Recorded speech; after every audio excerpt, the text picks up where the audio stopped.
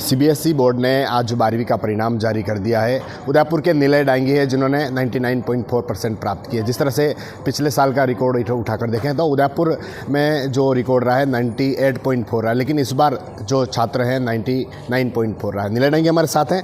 निलय, सबसे पहले तो आपको बहुत बहुत बधाई। Thank you sir. कैसे 99.4 एक बड़ा सपना होता है 99, किस तरह की तैयारी की और इस लाने में क्या क्या किया? बिल्कुल सर, 99.4 जब मैंने अभी स्टार्टिंग में सुना तो मेरे मन में यही था कि यार इतने तो आ ही नहीं सकते, वापस एक बार चेक करो कोई गलती तो नहीं होगी।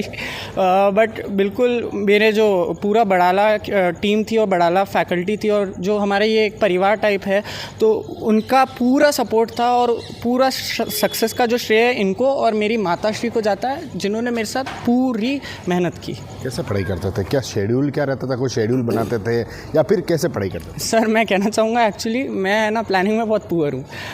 मेरे दोस्त पूरी प्लानिंग करते थे कि हमें इतने दिन में इतना करना है इतना करना है, बट मैंने कभी प्लानिंग नहीं की। मेरी मम्मी प्लानर थी मेरी। मैं उनसे पूछता था कितना करना है, वो बताती थी उतना टारगेट। हालांकि वो कभी अचीव नहीं हो पाते थे, बट उन पे मैं रिलाइड था। जैसे आज के जो यूथ है मोबाइल नहीं चलाते हैं, फिर उस तरह से पढ़ाई करते हैं, क्या उसी तरह शेड्यूल जाता है क्या? नहीं सर, मोबाइल तो मैं भी चलाता था। जैसे कि बोलने को मेरे बहुत शौक थे, जैसे कि जियो पॉलिटिक्स हो गया। मेरे को एक्चुअली जनरल नॉलेज और अवेयरनेस का बहुत शौक है कि क्या चल रहा है अपने अराउंड देश और दुनिया के।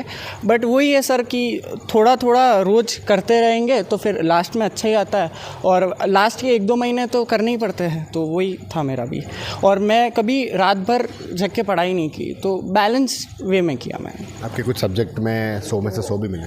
यस सर, अकाउंटेंसी में 100 में से 100 है, बिजनेस स्टडीज़ में है, और फिजिकल एजुकेशन में 100 में से 100। अकाउंट्स में तो प्रैक्टिकल हो जाता है, लेकिन मैनेजमेंट जो बिजनेस में स्टडीज़ है उसमें कैसे लाए? क्योंकि उसमें तो प्रैक्टिकल भी नहीं होता। सर उसमें बड़ाला की टीम का बहुत सपोर्ट था, स्पेशली जो हमारे टीचर थे विनीता मैम, उन्होंने बहुत गाइड किया और उन्होंने करेक्ट गाइडेंस दी कि किस बुक से आपको रेफ़र करना है। और सारे जो टेस्ट पेपर्स थे स्पेशली बड़ाला क्लासेस के, वो सर इतना हाई लेवल थे कि बोर्ड में तो उसका 50% भी नहीं आया। तो मतलब सही में बिल्कुल परफेक्ट डिसीजन था बड़ाला ज्वाइन करने का। आपके जो दादी जी है वह अब एक भाजपा की नेत्री है, तो फिर आप कॉमर्स की तरफ क्यों आए? क्योंकि उनका जो पॉलिटिकल है, फिर आप कॉमर्स की तरफ क्यों आए? सर मेरा ये था कि मेरे को कभी भी हॉर्स रेस नहीं जाना था, और मेरे जो सर है, जो इंस्पिरेशन राहुल सर, उन्होंने मेरे को एक बात कही थी यार कि आने वाला जो दुनिया है और आने वाला जो ज़माना है वो फाइनेंस का है, तो तू देख लेना कि आने वाले टाइम में कॉमर्स की क्या वैल्यू होती है। तो मैंने सर को फॉलो किया, और सर की वजह से प्लस मेरा जो फैमिली बैकग्राउंड है वो भी बिजनेस बैकग्राउंड है, तो उस चक्कर में मेरे को लगा कि कॉमर्स ज़्यादा हेल्पफुल होगा। तो अब आगे क्या करने वाले हैं आप?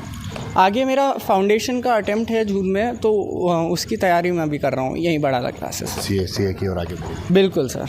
तो आगे जो यूथ है उनको क्या कहना चाहेंगे? क्योंकि जो आज पढ़ाई करते हैं लेकिन वो फिर उस प्रेशर में आके पढ़ाई करते हैं, तो उनको लिए क्या कहना चाहिए? मैं यूथ को यही कहना चाहूँगा कि कभी प्रेशर में आके पढ़ाई नहीं करनी। हर चीज़ को आप एक प्रायोरिटी बेसिस हायरार्की ऑर्डर बनाओ।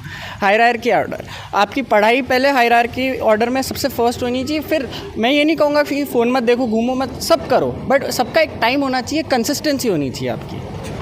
तो ये थे निलय डांगी जिन्होंने 99.4% प्राप्त किया। इनका कहना है कि जिस तरह से जो यूथ है उनको अपने प्रेशर में आकर पढ़ाई नहीं करनी चाहिए, जो अपने पढ़ाई कर रहे हैं उनके एक सिस्टम से पढ़ाई करें। TV9 के लिए राजेश डांगी।